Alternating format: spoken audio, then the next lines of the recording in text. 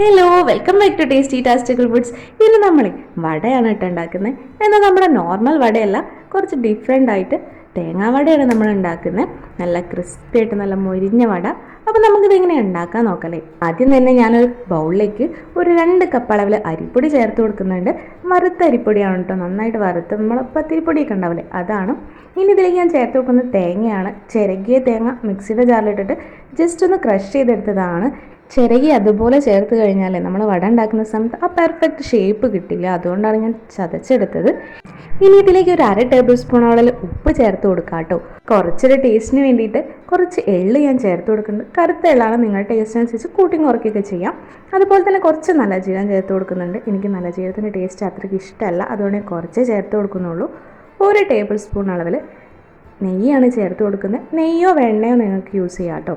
ഞാൻ ചെറിയ ബൗളാണ് എടുത്തിട്ടുണ്ടായിരുന്നത്, അപ്പോൾ അതിൽ കുഴച്ചെടുക്കാൻ കുറച്ച് ബുദ്ധിമുട്ടുണ്ടായിരുന്നു, അതുകൊണ്ട് ഞാൻ മറ്റൊരു ബൗളിലേക്ക് മാറ്റുന്നുണ്ട്.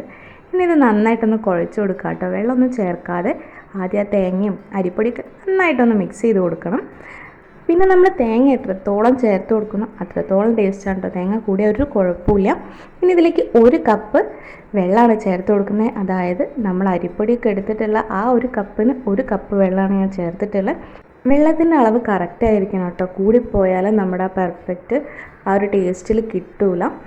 ഞാൻ 2 കപ്പ് അരിപ്പൊടിയാണ് എടുത്തിട്ടുണ്ടായിരുന്നത്. ആ 2 കപ്പ് അരിപ്പൊടിക്ക് 1 കപ്പ് വെള്ളമാണ് ഞാൻ ചേർത്തിട്ടുണ്ടായിരുന്നത്.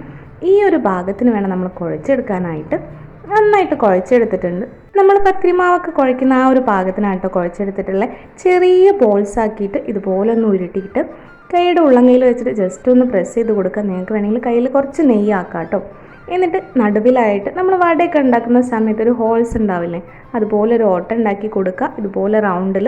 എന്നിട്ട് ഒന്ന് പ്രസ് ചെയ്ത് കൊടുക്കുക കേട്ടോ. തിരിച്ചും മറിച്ചും ആ കറക്റ്റ് ഒരു ഷേപ്പിന് വേണ്ടിയിട്ടാണ് അങ്ങനെ തിരിച്ചും മറിച്ചും പ്രസ് ചെയ്ത് കൊടുക്കുന്നത്. നന്നായിട്ടൊന്ന് പ്രസ് ചെയ്ത് കൊടുക്കുക. നടുവിലായിട്ട് ഇതുപോലെ ഒരു ഹോൾസ് ഇടുക, വട ഉണ്ടാക്കുന്ന പോലെ തന്നെ. പക്ഷേ മാവ് ഒരുപാട് എടുക്കരുത് കേട്ടോ, ഉള്ളു വേവാൻ വളരെ ബുദ്ധിമുട്ടാണ്. അപ്പോൾ കറക്റ്റ് ഒരു അളവിലെടുക്കുക. ഇനി ഒരു ചട്ടി ചൂടാക്കിയിട്ട് വെളിച്ചെണ്ണ ഒഴിച്ചിട്ട് ഓരോന്നായിട്ട് ഫ്രൈ ചെയ്തെടുക്കുക കേട്ടോ. ആദ്യം ഹൈ ഫ്ലെയിമിൽ വെച്ചിട്ട് വെളിച്ചെണ്ണ നന്നായിട്ട് ചൂടാക്കി എടുക്കാം. അതിന് ശേഷം വേണം നമ്മൾ ഫ്രൈ ചെയ്തെടുക്കാനായിട്ട്. അതുപോലെ മാവ് കുഴച്ചപ്പടന്ന് നമുക്ക് ഫ്രൈ ചെയ്തെടുക്കാം കേട്ടോ. ഓരോ വടയായിട്ട് ഇട്ട് കൊടുത്തു കഴിഞ്ഞാൽ നമുക്കൊന്ന് മീഡിയം ഫ്ലെയിമിലേക്ക് മാറ്റാം കേട്ടോ.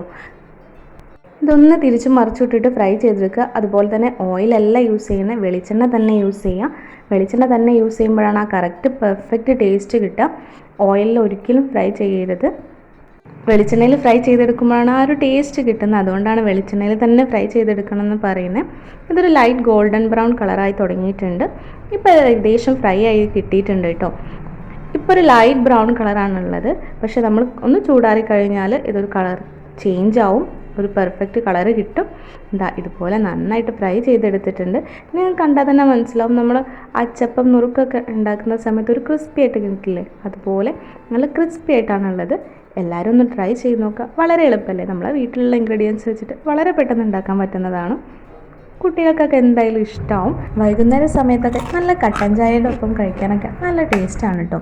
നിങ്ങൾക്ക് ഈ റെസിപ്പി ഇഷ്ടപ്പെട്ടിട്ടുണ്ടെങ്കിൽ നിങ്ങൾ എന്തായാലും ഉണ്ടാക്കി നോക്കുക. Thanks for watching.